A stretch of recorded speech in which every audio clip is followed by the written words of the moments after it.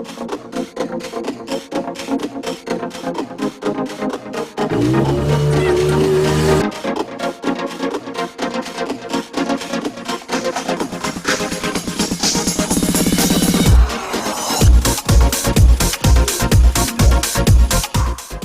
guys, we're really excited.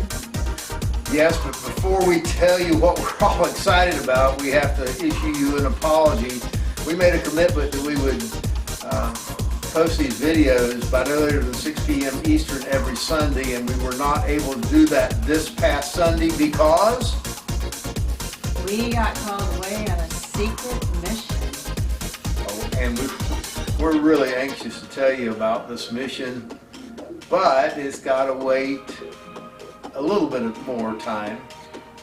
We will have a big reveal in a few weeks. Or maybe sooner. So stay tuned. Now for today's video, we took a ride in Southern California called the Squeeze and the Valley of the Names. And I think you're really going to enjoy this place. It is really neat. Okay, we're starting our trek today to the Squeeze and the Valley of the Names. And it's very non-technical driving, very easy. So I drove. Plan on a long day though because we brought our lunch with us. The road is gravel-like, lots of potholes, lots of crabby rock and stuff. But it was really a pretty drive through the desert, and then there were panoramic vistas of agriculture. And now we're about to go down Handbrake Hill, and that's one of my favorite places. And when I'm driving it, I like to really scoot down this thing, and everybody gets a little jumpy because the rocks are they're a lot more bumpy, and you can't really tell on camera, but that's really a very steep decline, or if you're coming back up it, which we'll show you closer to the end, it's pretty steep coming up that thing. So anyway, it was a great ride. We had a great time and a beautiful day. And every time I watch the videos of recording of the day, it just I enjoy it all over again. So I hope you enjoy this today.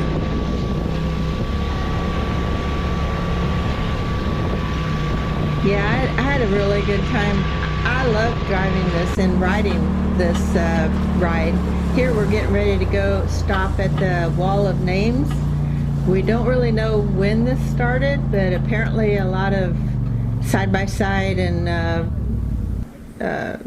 four-wheel drive vehicles stop here and carve their names in for posterity. Yeah, I guess so. You know, you've heard of the Indian petroglyphs. I guess this is the modern day version of that. Everybody's trying to get their 15 minutes of fame putting on the Wall of Names. Now, there are reports that this could have been started by Patton's men because there was a camp out here during the World War II for the preparation of the North African invasion, but we really don't know that, if that's really factual or not. Now here we're approaching the Squeeze. Now this is all a sandy wash with some interspersings of small boulders and rock. But what's really neat about this is you can see these walls are towering high in places. In fact, in some areas it's probably considerably over 50 feet tall as we get closer into the tighter part of the Squeeze. Yeah, I like this. We even get to stop and walk through a slot canyon. Yeah, you're going to see that in a few moments. I filmed Terry and a friend walking back to the slot canyon. And we'll tell you about the name of that in just a couple of minutes, but just enjoy this view. Isn't it really neat to see this sandstone and see the boulder suspended? There are some large boulders actually suspended in the middle of the sandstone, just kind of like totally out of character with the rest of it. And it's just a neat ride and neat view as you're speeding through here. It's a lot of fun. Yeah, it is. It can be challenging if you meet somebody, because at the tightest part of the Squeeze, you're not going to fit more than one Oh, here we are at the slot canyon that we walked up. Yeah, well, I named it the Hanging Rock Slot, and because there's a number of little slot canyons along the way, but this one has a large boulder that tried to wash down the slot and got hung up in the top, and it's just hanging there waiting to fall, but it's wedged between the walls of the slot. It's really beautiful just to look at the sandstone walls and the geologic formations. You would think that that wall would be soft, that you might be able to rub your hands on it and it would crumble away, but it's not. It's very hard. Yeah, it's like a really rough emery board, and you just don't want to fall against it, or when you're walking through, you need to pay attention for your step so you keep your balance. I think he's going to look up. There's the rock. There's the rock. There's the hanging boulder. And that's the point of interest of this slot, other than just the sheer beauty of these walls above us. And you can just see some of the perspective of that as we walk back out to our Polaris. There's Rex, our Polaris 2019 Polaris RZR XP4 Turbo. Skyview. Yeah, here one of our friends, David Wortman, filmed this part of it, of the aerial shots, and we really had a good time doing that, and we're glad he was along because I don't have the skill level for that as of yet. Now, as we travel through this thing, the slot is going to narrow this squeeze, and the reason it's called a squeeze because it gets narrower and narrower. You can see it aerial how narrow it is, and it's going to get even more so where you have just enough room to get the width of one Polaris at a time through that. So that's what really makes it fun and exciting to ride. Here we come. Yep, that's the Here's the first squeeze. Here comes the others. Whoop. Well, I'm hitting the wall. Uh-oh. Better check that front end. There we go. And off we go towards the second squeeze. Wow, what an exciting time.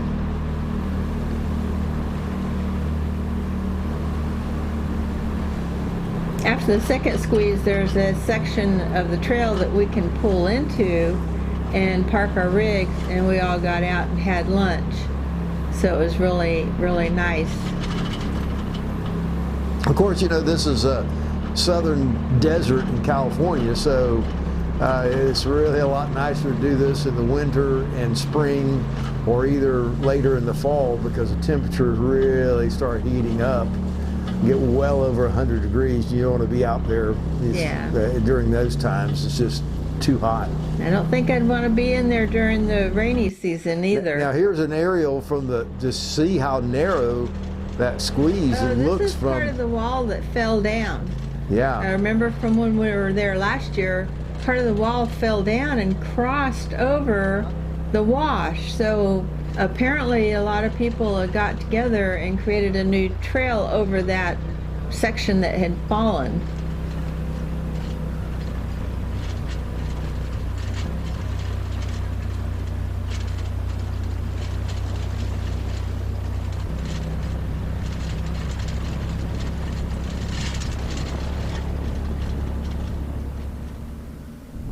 Here's another view from the top. We rode around and went up to the top and looked down where we had been traveling down below, and the perspective is really wild to see.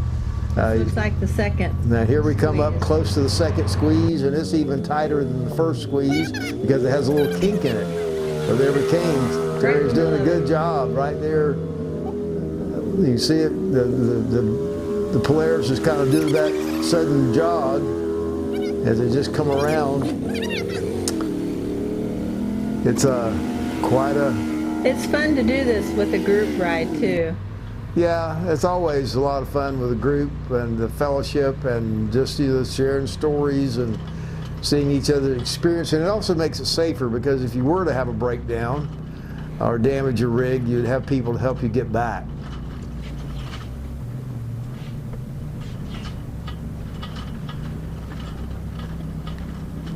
Well, we're at pretty much near the end of the ride, the part called the squeeze, and we're getting ready here pretty shortly to start our trek from there all the way over to the Valley of the Names. Yeah. Now that Valley of the Names has quite a history, and I'm going to let Terry tell you about it because she did quite a bit of research of the history of the Valley of Names, and she can tell you that while we're making our journey that direction.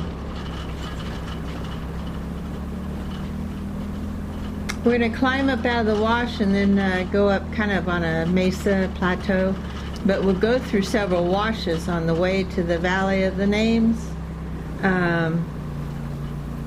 The Valley of the Names began when General Patton brought men out to the desert to what they call the Desert Training Center. Yeah, that was a multi-state camp, Yeah, and that I think 3 states involved in it. Yeah, and they 3 had states. about 1 million men that Going were through there. preparing for that invasion of North Africa against Rommel's forces from Germany. Patton said you can't train men in the swamp to deal with the desert. So his idea was to train men in a weather that's, or a type of area that's similar to the North African campaign. Topography, whatever you want to call it. So anyway, they brought them out here, and of course, you know, you're not training 24/7. The men have to have time to rest. This is, by the way, part of the camp area where they actually set up camp, and Patton's headquarters was actually right in this very area, Yeah, even though it was spread over large hundreds They of had thousands of acres. pathways outlined by rock, and all these rock have been there since this time. Nobody is maintaining this to the best of our knowledge. They have just stayed there. Yeah, I mean, the people have respected the history of it, which I think is really great, and we get to enjoy it today. It's really amazing just to walk out there and think that General George S. Patton and his men were out there preparing for the North African invasion. It's really neat. Here we are going across, as Terry mentioned, there's several washes that we have to cross. So you're on a mesa and you're going, That's the you know, valley. straight, and then you'll dip down in one of the washes in a valley and get out here. And we're already here to the Valley of Names. Of course, we've compressed the time. It takes a lot longer to get here. But you see these memorials where the people have put their names and family names, and some of them are actually memorials of fallen soldiers. And, Yeah. And some locals put their family names in there now. Apparently this area is over 1,200 acres just with the names in it. The whole desert, how big did I tell you that was? Well, I don't really remember how large. I know that there's where he camped was millions of acres because it was in 3 different states. It was scattered across a very huge area. A lot of the names that we saw there were of recent years. And one of the things I'd really like to do when we go back is I'd like to search for some of the names that were there originally. Yeah, some of Patton's soldiers, something that would give us an understanding or an evidence of their starting their presence back in the 40s. Everyone that visits this area has been really nice to respect what has been done here. They don't mess with the rock. Yeah, there's no vandalism that we could take. There's no vandalism. Most of the rocks came from the area surrounding the Valley of the Names. People would bring the rocks in and spell out their names or their messages. Again, we want to thank David Wortman for doing this aerial photography of the names, so you can just kind of get a little bit of the perspective of what's there. And this, of course, this is just a small view of what we saw and did while we were there. If you look it up on Google, it's kind of neat. If you look up on Google the Valley of the Names, California, you'll actually see articles about this, another video about it, and you'll see a number of pictures, images that they've captured professionally of this area. But it's just a neat day to do the squeeze and then go out and do the Valley of the Names, and then ride back to our camp in the Imperial Valley LTVA, the long-term visitor area that's operated by the Bureau of Land Management. Yeah. Nobody knows exactly why these men started writing their names, but if you can put yourself in their shoes, they were getting ready to go to battle, and maybe they just wanted to memorialize themselves so that no one would forget. Yeah, but they never knew which ones would come back and which ones wouldn't. So it's sort of a final statement about their lives, and so it would be left for posterity like us to be able to revel and enjoy and remember their sacrifice for our freedom. On the way back, we get to ride by the American Canal, which is a huge canal. Yeah, it comes off the Colorado River, the All-American Canal, and I really don't know how long it is, but it is a huge, it has to be, what, maybe 150 feet across? It is. I wouldn't want to have to swim it. Yeah, and we go right by the Imperial Valley. What's really neat, I wanted to show some pictures of this. Here's the date palms. If you like medjool dates, you will really enjoy coming there. So you can actually get this place here. You can actually get date shakes, which are very delicious if you like dates. And then you can see the groves of palms there. And not only if you eat any type of vegetable during the winter time here in the U.S., most of it is probably going to be grown in this Imperial Valley. They have like 4 or 5 planting seasons during the year because it's so fertile and it's so expansive. It's just thousands upon thousands upon thousands of acres of very scientifically grown agriculture. And it's really the breadbasket of America. We hope you have enjoyed this video as much as we did making it.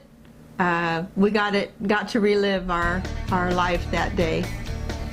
Yeah, here we come back. We're headed back after we leave the agricultural area, and we're coming back up Handbrake Hill. And again, David did our aerial photography here, and you can get a little bit more perspective of how steep this is. Yeah. It is a blast to drive up it because the tires are just spinning and kicking rock, and it's bumpy and it's wild, but it's fun.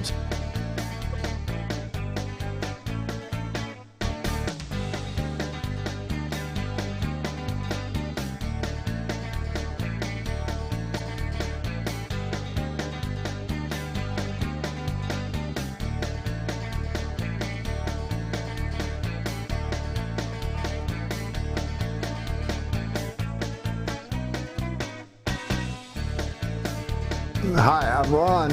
And I'm Terry, and we're the Glampdockers. I hope you enjoyed this video today.